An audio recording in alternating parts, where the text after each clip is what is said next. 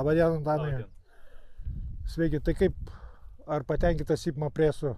Labai patenkintas. Taip, šiuo atžvilgiu yra Sipma presas diržinis, modelis yra ZP2780. Tai vat, pabandėm pas Antano ūkį, Antanas Vitkus, Tauragės rajone, žmogus patenkintas. Ką norėčiau paminėti iš tokių naujesnių dalykų šitam presui.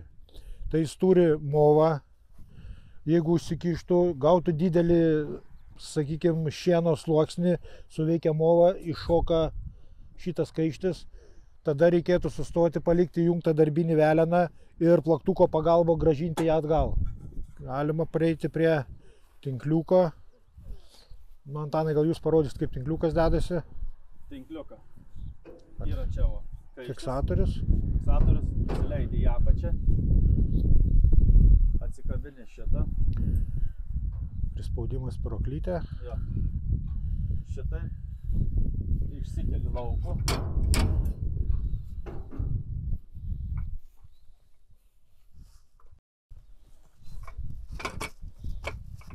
Ir čia Išsikeli lauku, nusiėmi tą. ir išsitrauki. Kolega.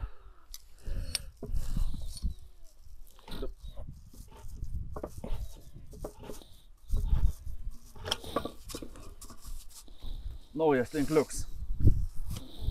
Uždedant tinkliuką yra dantukai, kad neleistų tinkliukui prasisukti šitie.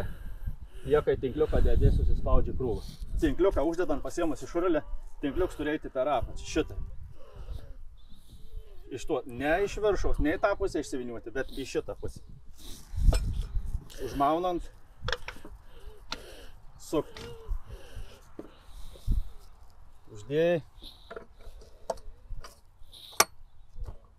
Užmauni ašelį lygiai su šituo. Ir užfiksuoti su fiksatoriu. Ir užfiksuoti. Nebūtinai, kai jisai čia prisispaus. Nebūtinai. Susirandi skylykes, kuriuos atitinka. Šiuo atveju čia yra. Užkaiščiuoji. Po to yra grioveliai. Išimas. Tiek tam gale, tiek tam gale. Kad įdėjimo metu šičia įeitų.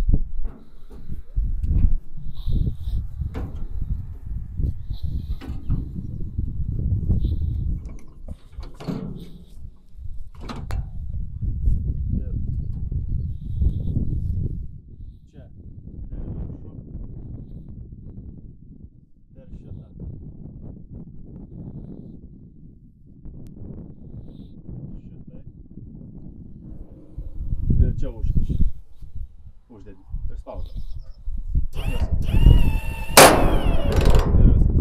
Atgal. Čia, kaip matom, yra tinkliuko daviklis, kad matytumėt, kad paduoda tinkliuką, kad sukasi, tai rodo pultė kabinoje. Tinkliuką tikrai nereikia įskėsti per visą kamerą. Būtent šitam presui jis pasiima pats ir viskas būna ko puikiausiai. Dažniausiai kitiems senesniem presam tai reikia jį ištempt per visą kamerą. Šito daryti čia nereikia. Dar norėčiau paminėti, kad čia yra vožtuvas apsauginis. Jeigu, sakykime, jis būtų užsuktas, tada galima dirbti rankiniu būdu, nereikia pulto ar sugestų pultas darbo metu. Jeigu dirbat su pultu, tai šitą vožtuvą reikia atsukti pusantro kartą ir tada slėgį viską reguliuojate iš traktoriaus kabinos iš pulto. Bet jeigu, sakau, noriu paminėti, jeigu sugestų ar nutrūktų laidas ar ką, jums nereikia stabdyti darbo, jūs paprasčiausiai išlipat iš traktorio ir užsukat šitą vožtuvą. Jis dirba tada rankiniu būdu. Dabar atsukam pusantrą kartą. Jo. Jeigu atidarot kamerą, čia yra, kaip sakant, užraktas, atidarius kamerą per sukus, reiškia, jis nebenusileis ir galima atlikti kokis tai valymo ar ten remonto darbus. Tepimo taškai. Išvesti patogiai, kad nereikėtų eiti prie kiekvieno golio, lenktis, kažkur nepatogiai įkišti tepimo aparatą, viskas yra labai patogiai padaryta. Šit, tepimo taškas. Aišku, yra ir apatinių cilindrių. Čia jau techniškai neįmanoma parvesti tepimą. Tai viens čia tepimo taškas, viens aukščiau. Tas pats padvorščių. Rimtuvės. Viens čia tepimo taškas ir viens apačių. Bet čia nėra sudėtinga. Čia aišku visą presą tepalai. Čia yra centrinio tepimo bakelis, kaip matot, visos grandinės yra. tepamos.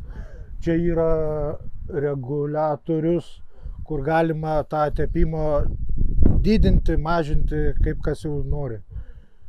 Gamykla sako, kad čia netgi yra per didelis jau tepimas, kadangi grandinės yra labai jau tepaluotos, tai atsukus šitą dangtelį galima pasireguliuoti intensyvumą to tepimo.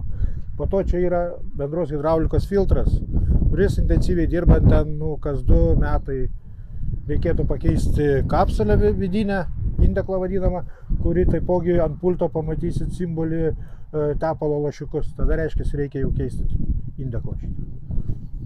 Po to yra rotoriaus apsauga, nukirpami varžtai. Jeigu pakliūtų akmuo, naudojat smulkinimo peilius, nukirs 2 varžtus. Tada juos ištraukėt, įdedat kitus. Likusias detalės, aišku, išsitraukti. Jo, nes liks varžtelio galas vis tiek dar vienoje žvaigždėje, reikėtų jas išimti ir įstatyti kitus varžtus.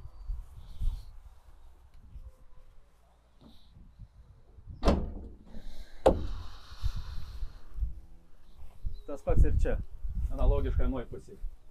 Tepimo taškas. Po to šito cilindro. Čia tepimo taškas. Tas pats ir anoj pusėje.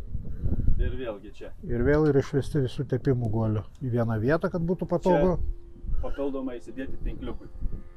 Šitie tam reikalingi yra. Susirišti į laukus, išvažiuojant didesniam kiekiui, turėti rezervę tinkliukų. Po to smulkintuvą. Smulkinimą peiliams išimti. Šitą svirtį iš čia. Atrakinam. Ir šitą svirtį šičia. Žemyn. Šitas svirtis perjungus čia, viskas eina per vieną šlangą. Aišku, įplaukiančią padėtį. Rinktuvės ir peilių yra ant tos pačios svirties, kadangi yra vienas tik tais kranas. Taip. Norint persijungti, išsiimti peilius, reikia perjungti svirtį ant čia ir tą pačią rankeną valdyti, įsileisti. Jo, nuleisti stalą vadinamą. Nusileisti stalą peilių į apačią. Po to ištraukti fiksatorių. Šitą fiksatorių. Išsitraukti. Ir tada jisai turi sulysti kiaurai. Tada, kai nusileida peilė į apačią, yra skiliai. Šitai būn, kai būn peilė viršui, kad neiškristų kaištis, o taip kaištis turi sulysti ir užfiksuoji su šitą fiksavimą. Čia nuleidus tą įkišus į vidų.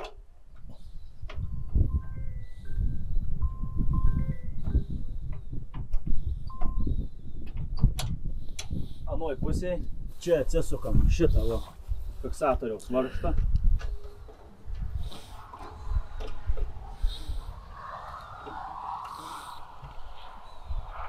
Ir šitą rankeną japačią, šitai. N-štanga, kuri yra su 2 išimam, kad galėtum išimti peilius. Jisai užrakint peilius, pastato taip, kad peilė neiškris. Ir tada atgal. Ir grįžtam atgal, jau peilius, aišku, sukeliam stalą visą į viršų. Peiliai darbiniai padėti. Šitą kraną grąžinam atgal. Tada stals peilių smulkinimą nebedirb. Jis būn pakels darbiniai padėti, tada jau atliek funkciją rinktuvį. Susikėlus rinktuvę, transportuojant į kitą lauką, šitą kraną į apačią. Patarčiau. Nes būn, kad tepalą nuleidži ir rinktuvį krenta į apačią, neišlaika slėgį. Čia viskas eina per traktorių. Tai važiuojant į kitą lauką, susikėlus rinktuvę, kraną užfiksuoti taip. Užrakinti. Rinktuvė nesileis.